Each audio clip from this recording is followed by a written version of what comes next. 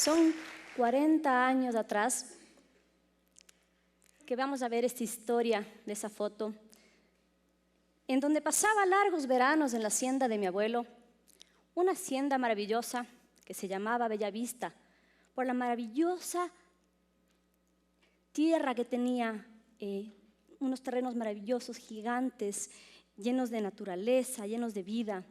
Nosotros vivíamos en esta hacienda, pasábamos casi todos nuestros veranos ahí. Y lo más lindo era que nosotros lográbamos conectarnos con esa tierra, una tierra que nos traía nuestros alimentos, que nos traía esa nutrición tan linda. Cosechábamos con mi abuelo las papas que íbamos a cocinar más tarde con nuestro locro. En esa olla de barro, en esa olla que nos conectaba también con la tierra, con la alimentación, con la familia. Una historia maravillosa de una infancia que realmente nos trajo tantos recuerdos a mí y a toda mi familia. Ese abuelo que teníamos, pues, un abuelo sabio, un viejo maravilloso que nos acompañaba, que él mismo con sus manos sembraba ese arado, nos enseñaba cada plantita, cada semilla. Tenía un conocimiento que realmente muy pocas personas que he conocido lo han tenido, y nos transmitió todo ese amor a la naturaleza, ese amor por cada una de las plantitas que sembrábamos. Esa gente que ustedes ven ahí, esa gente que creía con nosotros, era en nuestra parte la familia, gente que araba la tierra con nosotros, jugaba con nosotros, cosechaba, y que eran realmente esos campesinos hermosos que vivían junto a nosotros. Han pasado casi 40 años de esa época maravillosa y nos hemos dado cuenta que cada vez nos desconectamos más de la alimentación.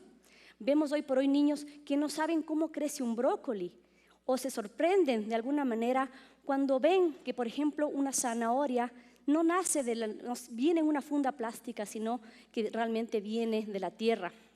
También nos comenzamos a dar cuenta de que tenemos otros productos maravillosos, como la remolacha, por ejemplo, que nosotros, mi chiquito se conecta, le ve sembrar, le ve crecer, y comemos absolutamente todas las partes de su fruto, no solamente la remolacha en sí, sus hojas, y vemos que cada parte de esta magia de la tierra nos la podemos llevar a nuestro cuerpo. Y esa gente que de alguna manera en un momento trabajaba con nosotros la tierra, hoy ha tenido que migrar a las ciudades.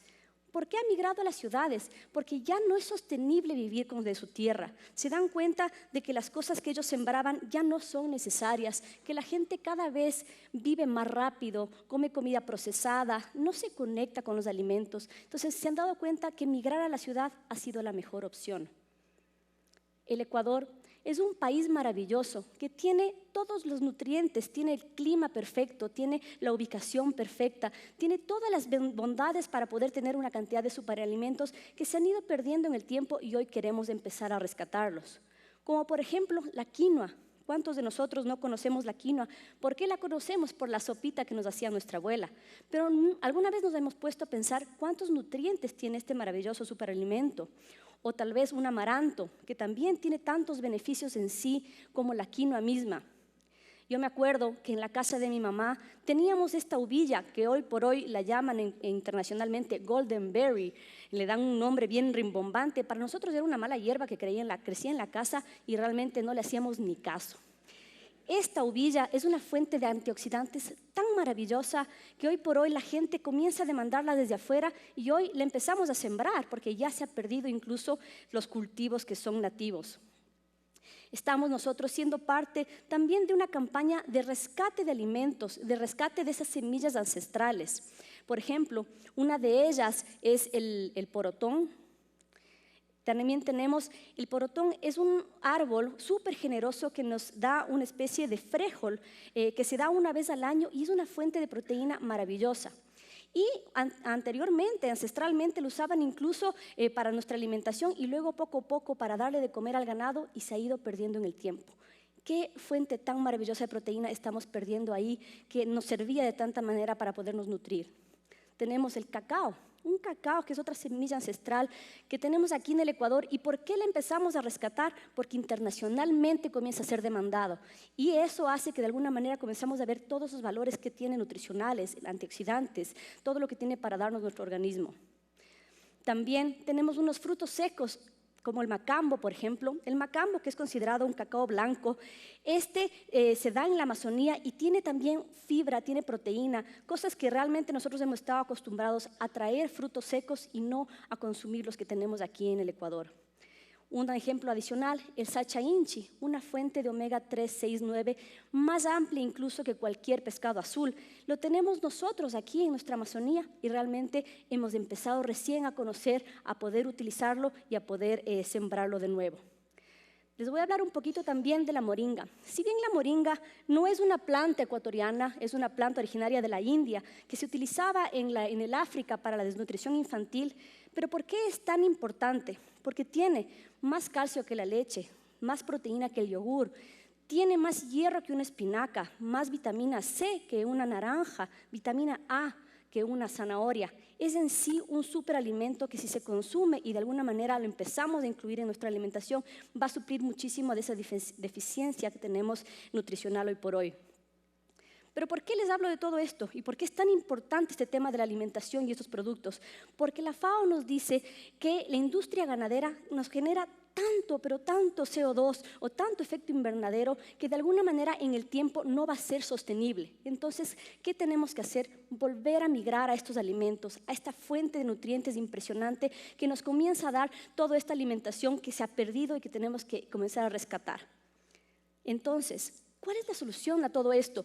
Empezar a buscar, dejar esos monocultivos, comenzar a hacer una agricultura artesanal, una permacultura, comenzar a buscar esos embrios orgánicos y comenzar a conectarnos con la alimentación de nuevo para dejar todos los pesticidas, dejar toda la parte que nos hace consumir de manera masiva y volver a darles a esos artesanos y a esos campesinos la razón para que puedan volver a sus tierras.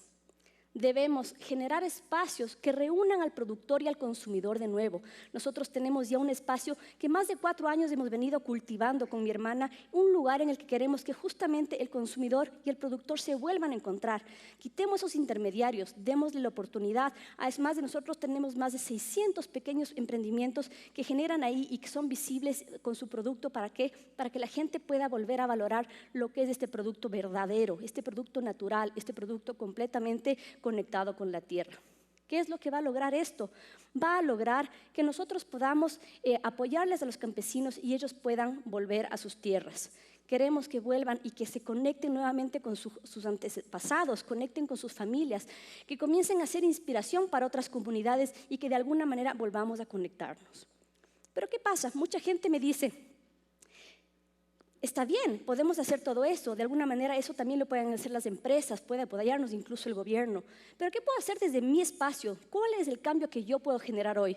Yo digo, el cambio está en cada decisión que tomamos. Cuando vamos al supermercado, llevamos o no llevamos una funda de plástico, ¿cómo hacemos ese consumo consciente? De alguna manera, ¿cómo nos volvemos a conectar con ese consumo responsable, ese consumo que nos puede ayudar a volver a nuestro centro y a volver a nuestra alimentación consciente? ¿Qué les puedo dar de ejemplos? El tema de que el consumo a granel. Podemos volver a consumir a granel. ¿Cuántas veces consumimos o compramos más allá de lo que necesitamos? Como ya vienen envases empacados o preempacados, compramos lo que existe y cuánto de eso no se convierte en un desperdicio. Entonces, cambiemos esa cultura que teníamos y ese cambio que hoy por hoy les invito a que tengamos. ¿Para qué? Para que consumamos lo que necesitamos, para que volvamos a conectarnos con esos hábitos y esos patrones alimenticios que se han desconectado en el largo del tiempo. Una cosa que ya no ni siquiera es una invitación, sino es una obligación, tenemos que empezar a reciclar. Si no dividimos nuestra basura, si por lo menos no podemos a veces evitar el consumirla porque está en todo lado, pero por lo menos tengamos que hacernos cargo de esa basura. ¿Cómo la separamos? ¿Cómo la utilizamos? ¿Cómo la reutilizamos? ¿Ya? Muchas veces no podemos separarla o no hay un lugar cerca, que tenemos que buscarlos, pero aún así démosle una segunda vida a todos estos plásticos, a la ropa misma. Hay tantas cosas creativas que podemos hacer con nuestros mismos niños, como por ejemplo enseñarles a tener su propio huerto. Yo con mi chiquito empezamos ya a sembrar nuestros propios alimentos, que él se conecte con ellos, que sepa de dónde viene cada una de esas plantitas y que de alguna manera cuando nos pidan la comida él sepa qué es lo que está pidiendo y sepa de dónde vino. Y una cosa también súper importante que yo también quisiera que ya la empecemos a cambiar es el hecho de poder hacernos cargo de nuestros residuos. Qué mejor empezar a compostar en casa. ¿ya?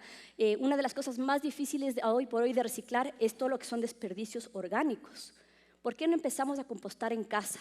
Hagámonos cargo de esa basura y utilicémosla y démosle una vida para que se descomponga ahí mismo y nos genere un abono. ¿Para qué? Para esa misma tierra, para esa tierra que nuestros niños están sembrando, que están utilizando, y devolvámosle a la tierra toda esa conexión o todo eso que hemos perdido. Conectémonos con cada uno de nuestros alimentos y con todo lo que la tierra tiene para darnos a nosotros. Una cosa que yo también hoy por hoy creo que es súper importante hacer es darles también esa oportunidad a los niños. Ellos son los que vienen a generar el cambio. No sabemos si nosotros vamos a estar aquí, pero son ellos los que tienen que aprender a conectarse de nuevo con la tierra. Así como yo me conecté 40 años atrás con todo lo que mi abuelo tenía para enseñar, enseñemos a nuestros niños qué es esta alimentación consciente, cómo vienen los alimentos, cómo se cosechan, cómo se consumen y sobre todo, obviamente, cómo se comen. Nos quedan 12 años para salvar un planeta de una catástrofe climática, nos dice la ONU. Es decir, en el 2030 vamos a tener un momento muy clave para nosotros de saber qué es lo que va a pasar por el mundo. Todo eso depende de cuáles acciones tomemos hoy. ¿Qué es lo que hoy voy a hacer para que en el 2030 no haya esta catástrofe? ¿Cuál decisión voy a hacer en cada cambio que voy a hacer en mi vida para que eso no pueda pasar? ¿Por qué me impresiona tanto? Porque esta foto que les muestro es la foto de mi chiquito. Él se está graduando del colegio recién en el 2035, es decir, 5 años después de esa fecha tan impresionante que nos ponen adelante. Él es el que me inspira a mí a hacer el cambio, a generar conciencia, el hacer cada decisión que tome una decisión importante y que valga la pena. Él me inspira a mí, quisiera saber quién les inspira a ustedes. Muchas gracias.